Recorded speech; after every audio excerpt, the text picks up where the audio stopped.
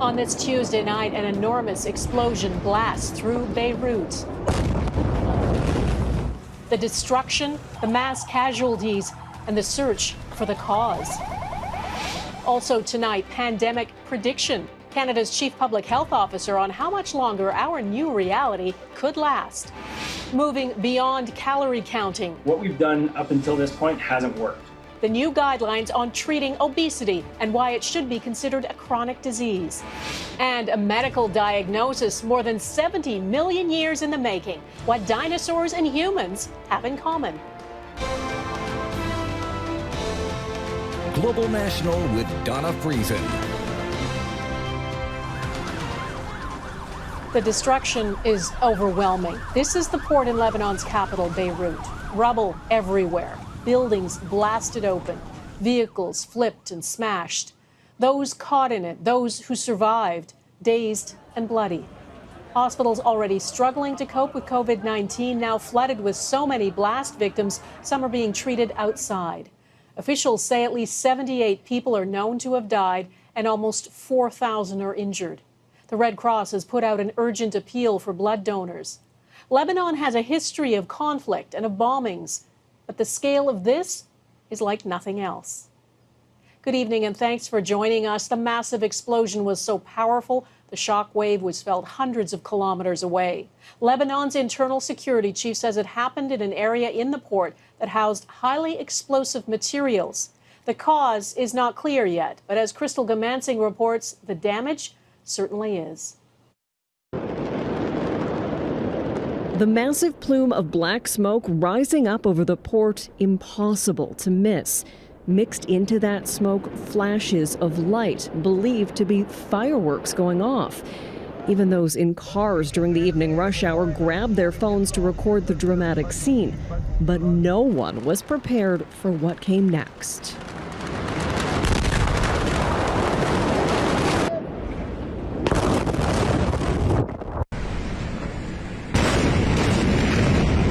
An explosion so powerful, shockwaves were reportedly felt clear across the Mediterranean in Cyprus. The glass shattered all over the cars around us, the buildings, all the glass just went down. It was raining glass all over the city of Beirut. Images show buildings far from the explosion site destroyed. Many people were caught on the roads, unsure of what to do next. My car's down there, he says. It rolled over. I think this injury was because of the glass. Lebanon's prime minister said the nation is suffering and called on friendly neighboring countries for support. Faced with a major economic crisis and the strain of the COVID-19 pandemic, Lebanon's health system is itself ailing and now struggling to keep up with the thousands of injured people caught up in the explosion. This woman says we thought it was a container in the port that was on fire and they weren't able to put it out. A few seconds later, we were flying through the air. Exactly what happened is unknown. One security official says the source of the blast was a building at the port where explosive material was kept. Wednesday has been declared a national day of mourning. Crystal Gamansing, Global News, London. It's not clear if there are any Canadians among the victims, though we know that nearly 11,000 Canadians are registered as being in Lebanon.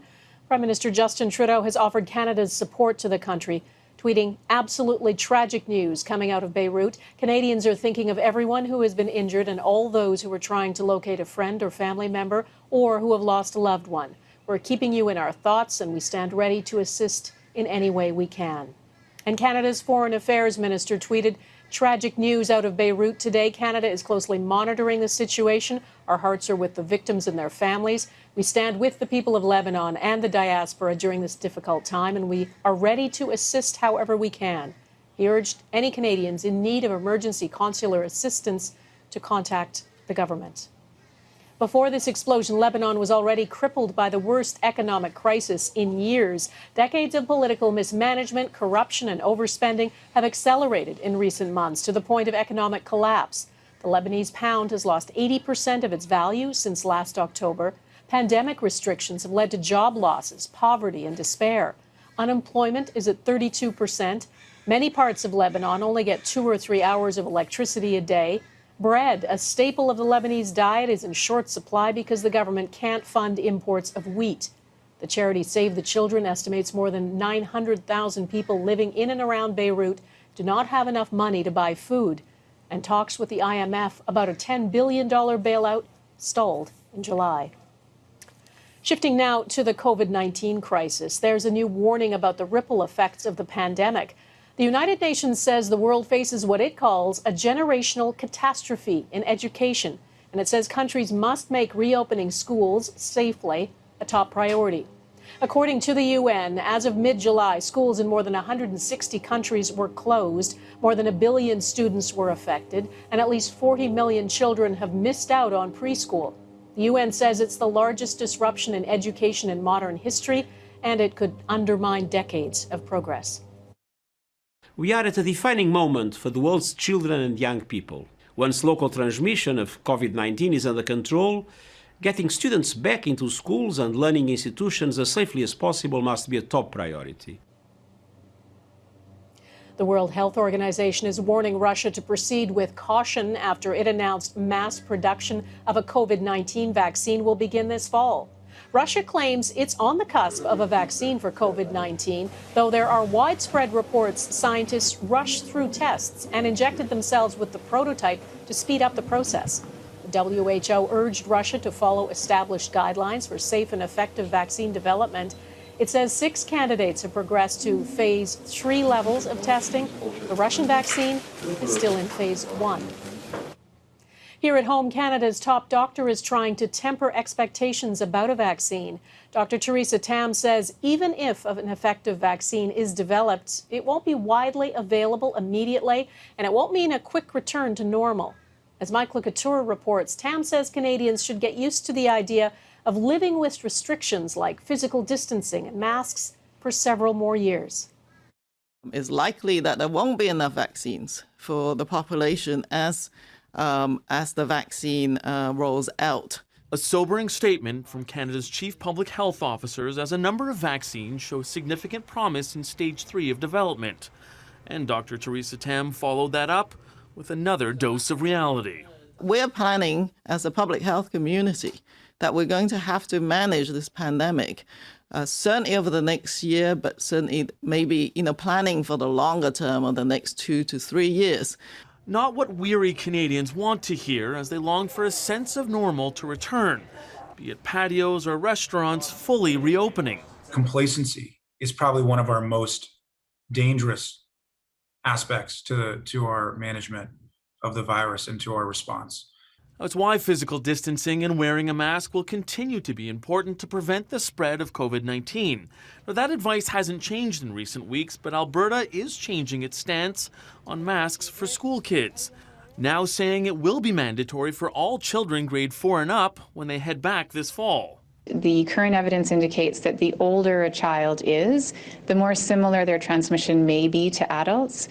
And that's, again, the reason why we've had the grade 4 as this cutoff. Health officials say wearing masks and other safety measures need to be seen as layers of protection to help contain a virus we're still learning about.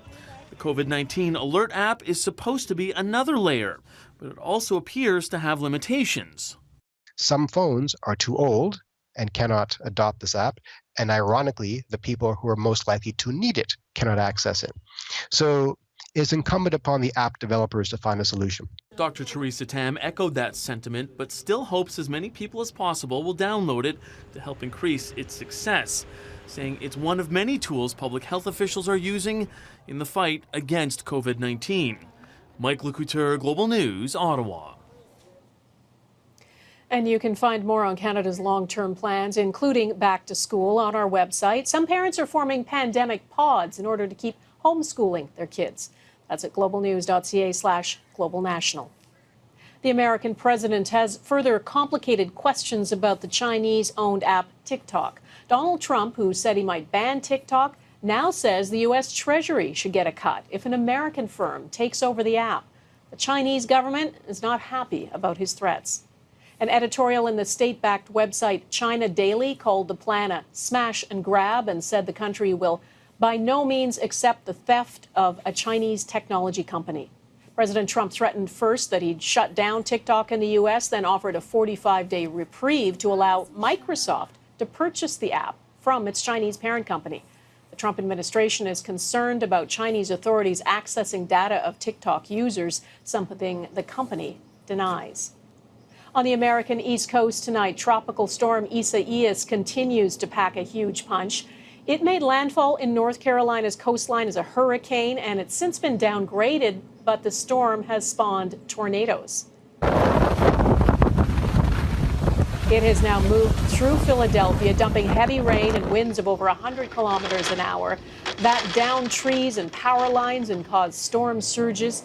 4 people have been killed, and there are fears that number could rise. One tornado hit this mobile home park in North Carolina, and there are also reports of tornadoes in New Jersey and Delaware.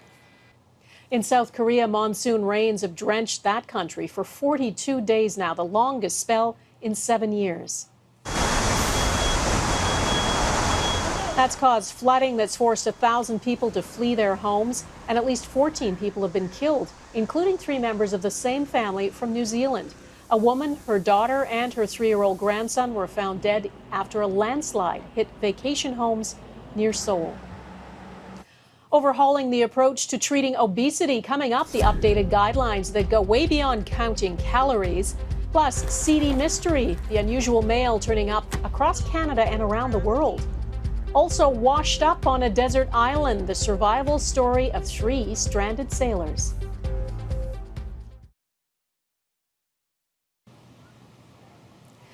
There's a big change coming to the way doctors in this country diagnose and treat obesity, and experts in the field say it's about time. New guidelines published today in the Canadian Medical Association Journal reflect substantial advances in the assessment and treatment of obesity and shift the focus toward improving health outcomes rather than weight loss alone. It's much more complex than just counting calories and getting more exercise.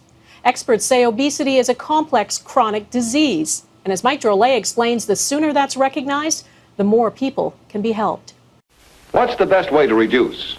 Eat plenty or starve yourself? For as long as we've had ads, weight loss miracles have appeared to be just a pill away. And these yummy low-carb bars. Fad diets have come and gone, yet chronic obesity rates are rising. What we've done up until this point hasn't worked. We've tried and tried and tried for years to shame and blame people into losing weight. Ian Patton is one of those people. Before undergoing bariatric surgery 6 years ago, his heaviest weight was 360 pounds.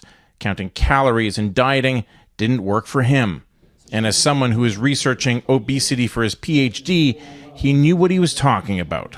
So it was a bit weird for me because as I was going through and doing my PhD and going to conferences and stuff and talking, trying to lecture about obesity, I was standing there at my absolute biggest and sickest. Until now, the Canadian guidelines have had doctors using BMI or body mass index as a way to calculate obesity, except BMI is deeply flawed because it only takes into account height and weight, ignoring everything that makes us unique, like muscle mass, race, and sex. For me to be considered healthy on the BMI scale, I'd have to lose 80 to 100 pounds. The new guidelines completely rethink how we address obesity. Counting calories has been replaced by a more detailed medical approach. There are now 3 pillars to treat obesity: weight loss medication, bariatric surgery, and cognitive behavioral therapy, which addresses the reasons behind a patient's weight gain. They're also declaring obesity a chronic relapsing disease, which the Canadian government has so far refused to do, and is critical for the way it's treated. Any approach to obesity has to be a long-term approach in the same way that other chronic diseases have to have long-term approaches. So there are no quick fixes, and hopefully the guidelines are going to get more people to realize this.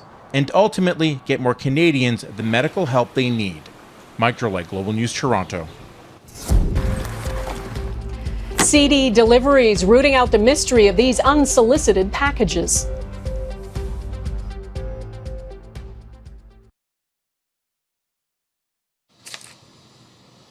Those packages of mysterious seeds people in countries around the world, including Canada, the U.S., and the U.K., have received in the mail are still a mystery. They're arriving unsolicited in people's mailboxes. Most appear to be from China in packages that are mislabeled. A U.S. federal agency has identified some of the seeds as a mix of ornamental, fruit and vegetable, and herb and weed species, but they warn no one should plant them. As Sarah McDonald reports, no one knows who is sending them or why.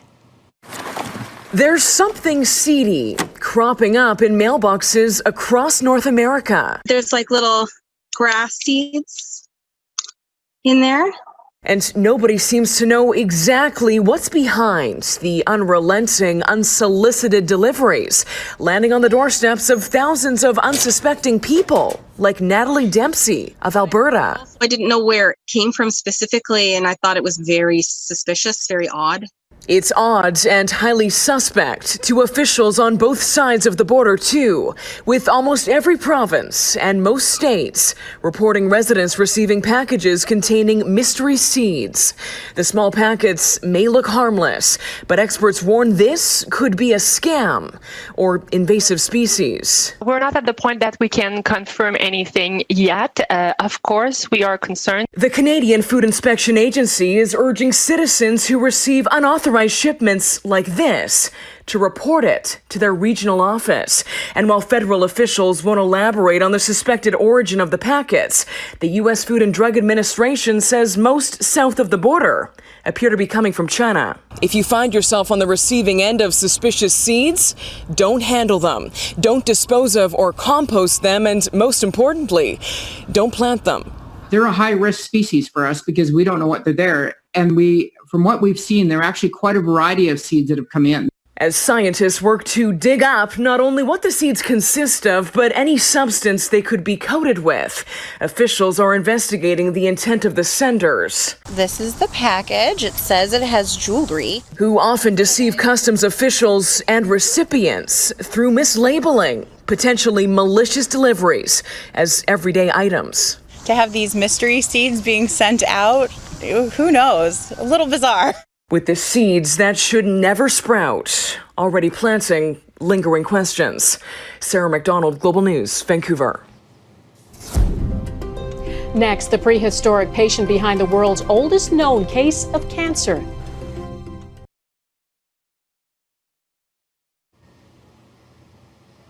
This story of survival sounds like the stuff of fiction. 3 sailors have been found after they were marooned on a tiny remote island in the Pacific Ocean. The men were spotted because they wrote a giant SOS on a sandy beach. Military aircraft from the U.S. and Australia had been searching for them and spotted it. They were stranded on a tiny island in Micronesia for 3 days after their 7-meter skiff ran out of fuel and drifted way off course.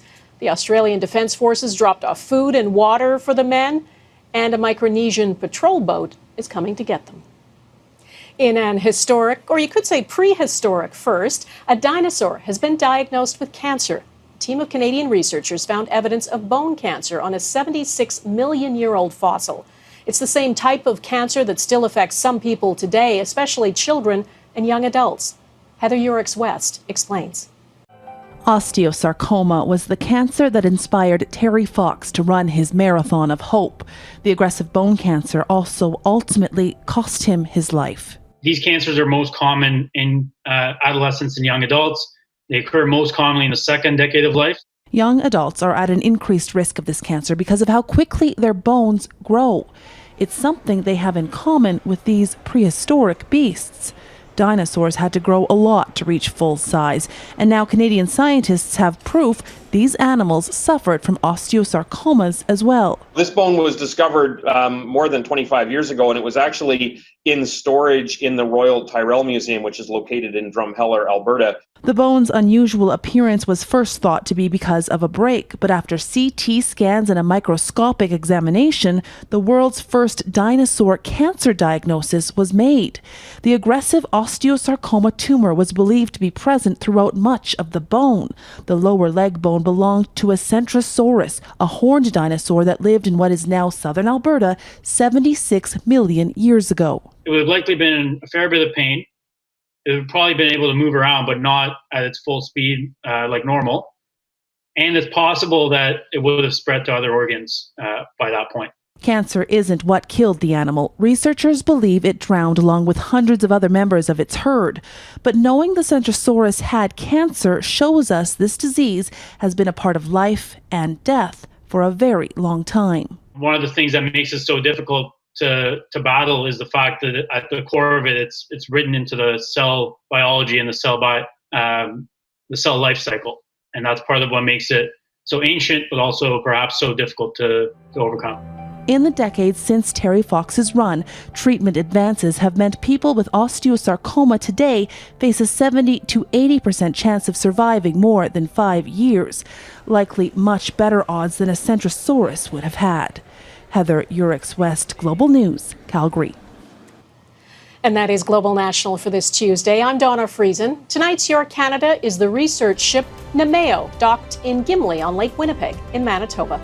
We'd love to see Your Canada. Please email it to us. And thanks for watching. Hope to see you here again tomorrow. Take care of yourselves. Bye-bye.